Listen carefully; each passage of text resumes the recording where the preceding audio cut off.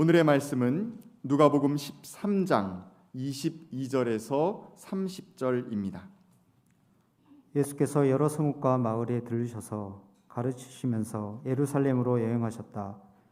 그런데 어떤 사람이 예수께 물었다. 주님, 구원받을 사람은 적습니까? 예수께서 그들에게 대답하셨다. 너희는 좁은 문으로 들어가기를 힘써라. 내가 너희에게 말한다. 들어가려고 해도 들어가지 못하는 사람이 많을 것이다.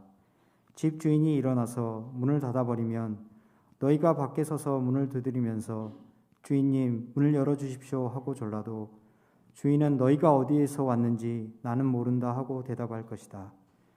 그때 너희가 말하기를 우리는 주인님 앞에서 먹고 마셨으며 주인님은 우리를 길거리에서 가르치셨습니다 할 터이나 주인이 너희에게 말하기를 나는 너희가 어디서 왔는지 모른다. 불의를 일삼는 자들아 모두 내게서 물러가거라 할 것이다. 아브라함과 이삭과 야곱과 모든 예언자는 하나님 나라 안에 있는데 너희는 바깥으로 쫓겨난 것을 너희가 보게 될 때에 거기서 슬피 울면서 이를 갈 것이다. 사람들이 동과 서에서 또 남과 북에서 와서 하나님 나라 잔치의 자리에 앉을 것이다. 보아라, 꼴찌가 첫째가 될 사람이 있고 첫째가 꼴찌가 될 사람이 있다. 이는 하나님의 말씀입니다. 은혜로운 찬양 감사합니다. 막내 목사 떨지 말라고 주는 메시지 같아서 두렵지 않게 오늘 말씀 전할 수 있을 것 같습니다. 네, 오늘 성파 찬양대 성가대가 연습하는 거 보니까 정말 코로나 이전으로 많이 돌아온 것 같다라는 느낌을 받게 됩니다. 아무튼 감사드립니다. 참 좋으신 우리 주님의 은총과 평화가 여러분 모두와 함께 하시길 빕니다. 오늘은 어린이 주일이자 또 정팍교회가 114번째 생일을 맞은 날입니다.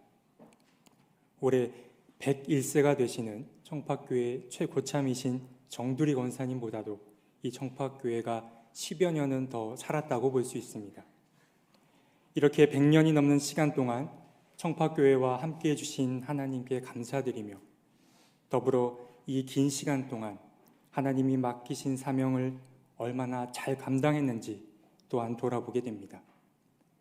감사와 반성의 마음으로 오늘 하루를 기념했으면 좋겠습니다.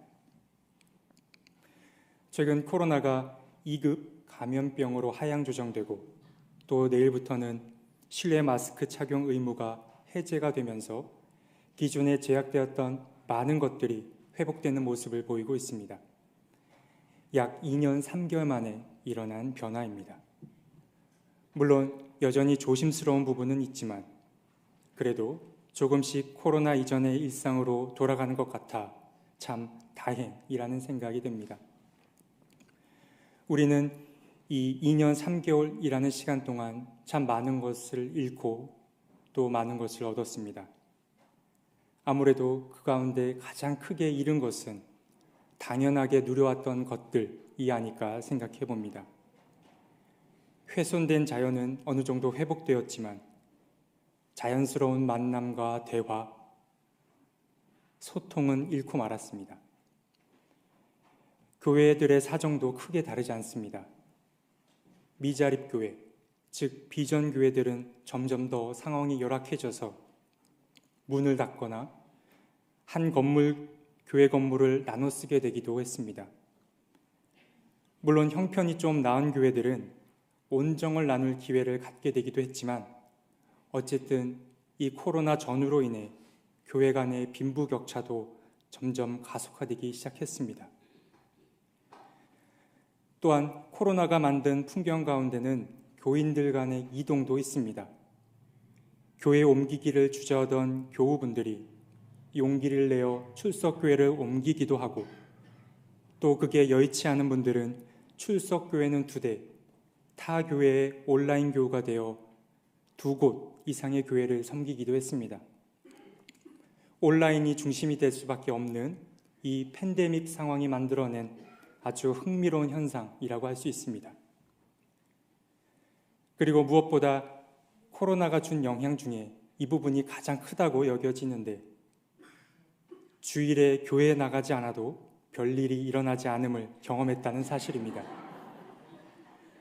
마치 하나님의 심판이 불꽃처럼 임한다거나 또는 길을 걷다 마른 하늘에 날벼락을 맞는 일도 일어나지 않음을 경험하게 된 것입니다. 이전에는 마치 주일날 교회를 나가지 않으면 머피의 법칙 같은 것이 작동되어 나를 되게 힘들게 할 줄 알았는데 아무 일도 일어나지 않는 걸 경험했던 것입니다. 우리 하나님께서 사람 벌 주는 걸 좋아하지 않고 자비가 가득한 분이다 라는 이야기를 100번 들어도 믿어지지 않던 것이 코로나가 단번에 가르쳤다고 할 수 있습니다. 아무튼 이런 모든 상황들이 코로나가 만든 새로운 진풍경이라고 할 수 있습니다. 특히 우리 청파교회는 이 코로나 기간 동안 세교분들이 많이 늘었습니다. 참 반가운 소식이 아닐 수 없습니다. 그런데 참 감사한 일이면서도 한편으로 부담이 되는 것 또한 사실입니다. 세교분들이 용기를 내어 이곳에 오셨다는 것은 어떤 기대와 꿈을 품고 오셨기 때문입니다. 말씀에 대한 갈급함, 돌봄, 새로운 사람들과의 교제, 교회 내 갖가지 봉사 등을 기대하고 이곳을 찾으셨으리라 봅니다. 물론 이분들의 마음을 한마디의 말로 정의 내리긴 어렵겠습니다만 한편으로 세교분들이 내려준 이 과제와 함께 더불어 고민해 봐야 할 것이 있습니다. 그것은 바로 청파교회가 오랜 시간 지켜온 전통과의 조화를 말입니다.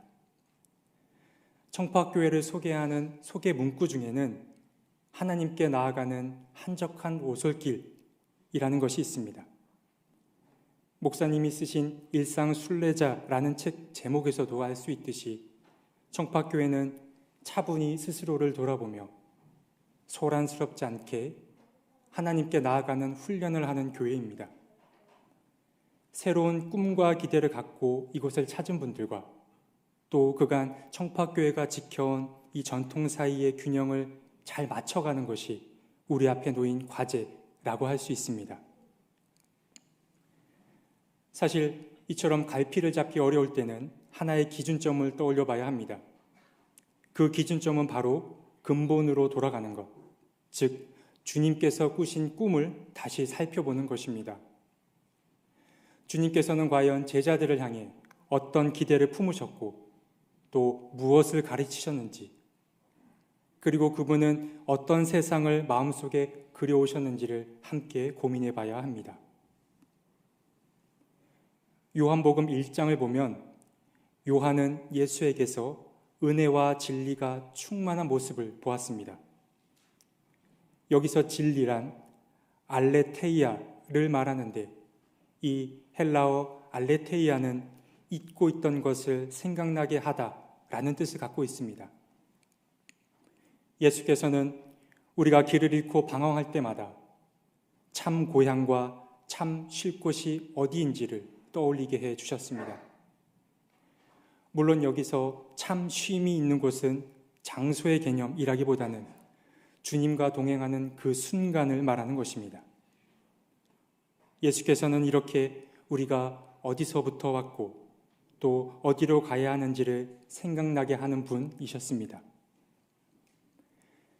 그런데 우리 예수님께서는 참 고향을 생각나게 하시는 분이기도 했지만 그는 스스로 꿈꾸는 자이기도 했습니다. 예수께서 꾸신 꿈은 이사야서 말씀에 잘 드러나 있는데요. 먼저 예수께서는 함께 어울려 사는 세상을 꿈꾸셨습니다. 이리가 어린 양과 함께 살며 표범이 새끼 염소와 함께 누우며 송아지와 새끼 사자와 살찐 짐승이 함께 풀을 뜯고 어린아이가 그것들을 이끌고 다니는 그 세상을 꿈꾸셨습니다. 그리고 예수님께서는 두려움 없이 누군가를 맞아들이고 누구나 자기 몫에 만족해하는 세상을 꿈꾸셨습니다. 칼을 쳐서 보습을 만들고 창을 쳐서 낫을 만들 것이며 나라와 나라가 칼을 들고 서로를 치지 않을 것이며 다시는 군사훈련도 하지 않는 바로 그런 세상을 예수께서는 꿈꾸셨습니다. 그러니까 꿈꾸는 자로서의 예수는 너와 내가 어떠한 편견 없이 어울리고 또 나와 다른 누군가를 적대시 여기는 것이 아니라 그 누구나 사랑을 필요로 하는 존재로 여기는 세상, 바로 이 세상을 예수님께서는 꿈꾸고 기대하셨던 것입니다. 그러나 지금 우리의 모습은 어떠한가요? 우리는 예수의 꿈을 잃어버린 채 너무 날카로워져 있고 또 사랑을 주기보다 받기만을 바라며 살고 있진 않던가요? 자기 반성이 필요할 때입니다. 사실 이런 예수님의 꿈은 청팍교회만 회복해야 하는 것은 아닙니다. 지금 이 땅 위에 많은 교회들이 잃어버린 꿈이기도 합니다. 교회들이 점점 매력을 잃어가고 있습니다.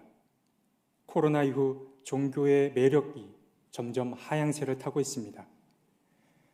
교회가 자랑거리가 되지 못하는 이 현실을 우리는 어떻게 받아들이고 또 어떻게 돌파해야 할까요? 물론 정답이 정해져 있는 것은 아니지만 우리는 이 부분을 계속해서 고민해 봐야 합니다. 오늘 우리가 함께 읽은 누가복음의 말씀은 꽤 익숙한 말씀 가운데 하나입니다. 해당 본문은 예수의 공생의 기간에 있었던 일을 보여주는데 오늘 본문에 등장한 이 예수님의 음성은 점점 높아지고 있고 또 그가 전하는 메시지의 강도 또한 점점 세지는 걸 알 수 있습니다. 예루살렘에 도착한 예수께 어느 한 사람이 물었습니다. 구원받을 사람의 수가 적으냐고 말입니다. 그러자 예수께서는 한 가지의 비유를 통해 말씀하십니다. 좁은 문으로 들어가기를 힘써라 라고 말입니다. 비유라는 게 그러하듯 예수께서는 많다 적다라고 답하지 않으시고 조금은 우회적으로 답을 하셨습니다. 그리고 이어서 말씀하셨습니다. 내가 너희에게 말한다. 들어가려고 해도 들어가지 못하는 사람이 많을 것이다. 집주인이 일어나서 문을 닫아버리면 너희가 밖에 서서 문을 두드리면서 주인님, 문을 열어 주십시오 하고 졸라도 주인은 너희가 어디에서 왔는지 나는 모른다 하고 대답할 것이다. 사실 이미 문 자체가 좁기 때문에 그 문으로 들어가는 것이 쉬운 일이 아님을 우리는 짐작할 수 있습니다. 그런데 예수께서는 그 좁은 문으로 들어가는 사람의 수마저도 많지 않을 거라고 말씀하십니다. 그 이유는 집주인이 일찍이 그 문을 닫아버릴 것이기 때문입니다. 문이 닫히고 나면 이미 집주인과 관계가 있던 사람일지라도 그곳으로 들어갈 수 없게 됩니다.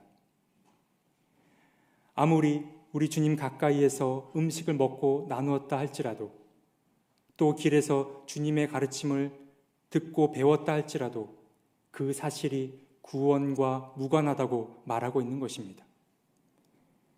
왜 예수께서는 안 그래도 좁은 문을 더 좁혀놓았던 것일까요? 예수님께서 우리에게 어떤 나쁜 마음을 갖고서 그러셨던 것은 아닙니다. 절박함, 사람들에 대한 안타까운 마음 때문이었습니다. 예수께서는 자신의 죽음 이후 사람들이 받게 될 임박한 심판 때문에 가슴이 아팠습니다. 여기서 말하는 심판은 지옥의 형벌을 뜻하진 않습니다. 빛을 잃고 어두워진 세상, 어둠의 욕망만이 가득한 세상이 곧 심판의 결과인 것입니다. 예수님의 마음은 사람들을 향한 연민의 마음으로 가득 차 있었습니다. 그렇기에 사람들이 속히 어둠의 길에서 벗어나 좁은 문으로 들어가길 바랐던 것입니다. 그렇다면 우리는 여기서 한 가지 더 생각해 봐야 합니다. 오늘 본문에서 말하는 좁은 문은 과연 무엇을 말하는지를 말입니다.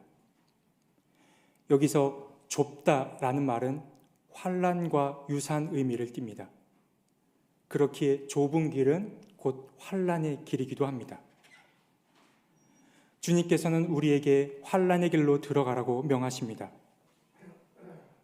그럼 여기서 우리는 또 이 환난이 무엇을 말하는지를 생각해 봐야 합니다. 여러 가지 의미를 들 수 있겠지만 저는 이 환난을 이렇게 생각합니다. 누군가를 사랑하려고 애쓰다가 상처 입은 영혼 혹은 가슴이라고 정의 내리고 싶습니다. 사랑이 가진 무게가 많이 가벼워진 세상이 되었지만 사실 누군가를 사랑한다는 건 결코 쉬운 일이 아닙니다. 어쩌면 제대로 사랑한 사람은 추해질 수밖에 없는지도 모릅니다.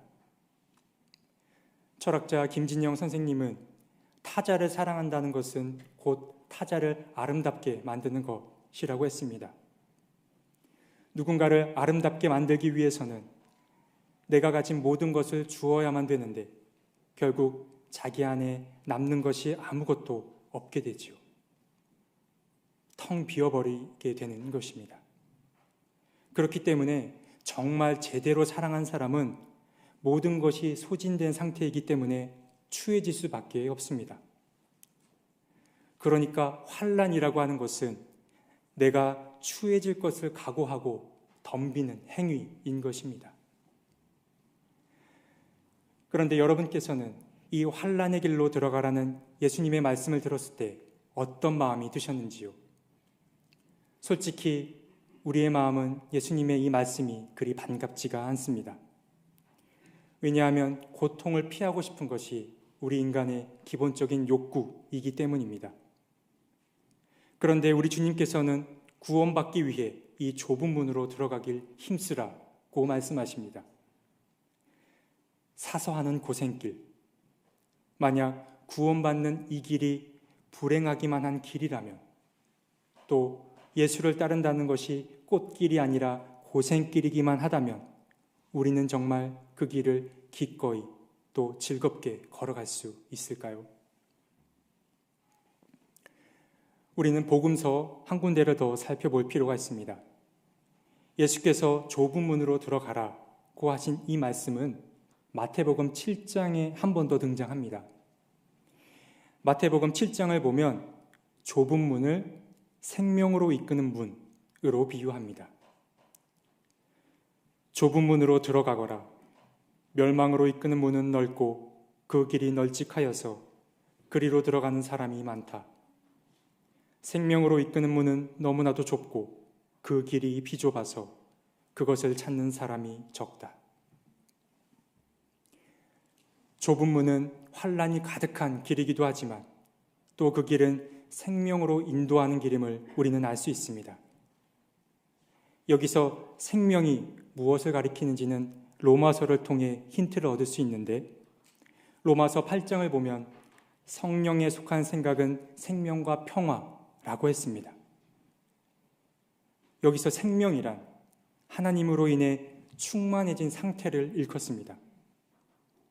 성경에서 생명을 얻었다라는 말은 우리의 목숨이 연장되었다라는 말이 아니라 하나님으로 인해 생기 있는 삶을 살게 되었다라는 말과 같습니다.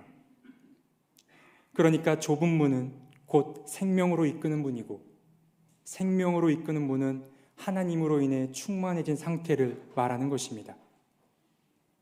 이런 맥락에서 본다면 좁은 문은 환난을 자처하는 길이면서도 또 한편으로 하나님으로 인해 충만해진 상태를 말하는 것입니다.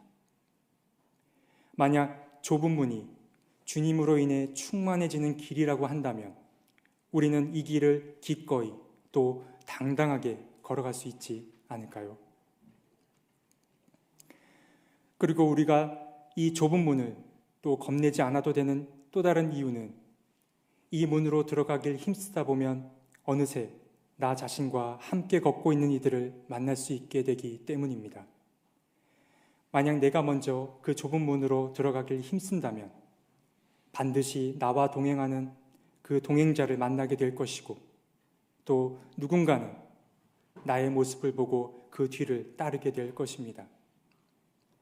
주님께서는 주님 편에 서려는 자를 결코 홀로 내버려 두지 않을 것입니다. 오늘은 청파교회 114번째 설립 기념주일입니다. 기념하고 축하해야 마땅한 날입니다. 오늘의 청파교회가 있기까지 많은 분들의 수고와 헌신, 기도가 있었기 때문입니다. 교회의 근본이신 주님께 감사와 영광을 돌리며 다시 새로운 출발을 모색해야 할 때입니다. 이 2년이 넘는 팬데믹 기간은 누군가에게는 새로 도약할 기회가 되었고 또 누군가에게는 어둠의 통로를 걷는 위기의 순간이기도 했습니다. 이 과도기와 같은 시간에 많은 세교우분들이 우리 청파교회를 찾아주셨습니다. 이제는 늘 변함없는 모습으로 전통을 지켜오셨던 기존의 교우분들과 또 새로 이곳을 찾은 새 교우분들이 다 함께 다시 예수의 꿈을 꾸었으면 좋겠습니다. 그리고 세상에서 점점 매력을 잃어가고 있는 이 교회에 대한 책임감을 갖고 좁은 문으로 들어가기를 주저하지 않으셨으면 좋겠습니다. 이 좁은 문이 환난과 어려움만 있는 길이 아님을, 이 길을 걸을 때 하나님의 은총과 내적인 충만함이 가득할 것임을 믿으셨으면 좋겠습니다. 이 믿음 가지고 하루하루 명랑하게 지내는 저와 여러분들이 되었으면 좋겠습니다. 주신 말씀 기억하며 거듭의 기도 드리겠습니다. 자비하신 하나님, 110년이 넘는 시간 동안 청파교회와 동행해 주셔서 감사합니다. 이렇게 오랜 시간이 지나고 나면 뭐든 손에 잡힐 듯 다 알 줄 알았지만 여전히 질문하며 주님의 길을 찾고 있습니다. 주님, 혼란의 시기일수록 근본으로 돌아가야 함을 잊지 않게 해 주십시오. 주님께서 꾸신 꿈을 함께 꾸고 또 그 꿈을 가슴에 간직한 채 좁은 문으로 들어가기를 힘쓰게 해 주십시오. 그리고 그 좁은 문에서 주님이 주신 생명으로 충만해지게 해 주십시오. 예수님의 이름으로 기도드립니다.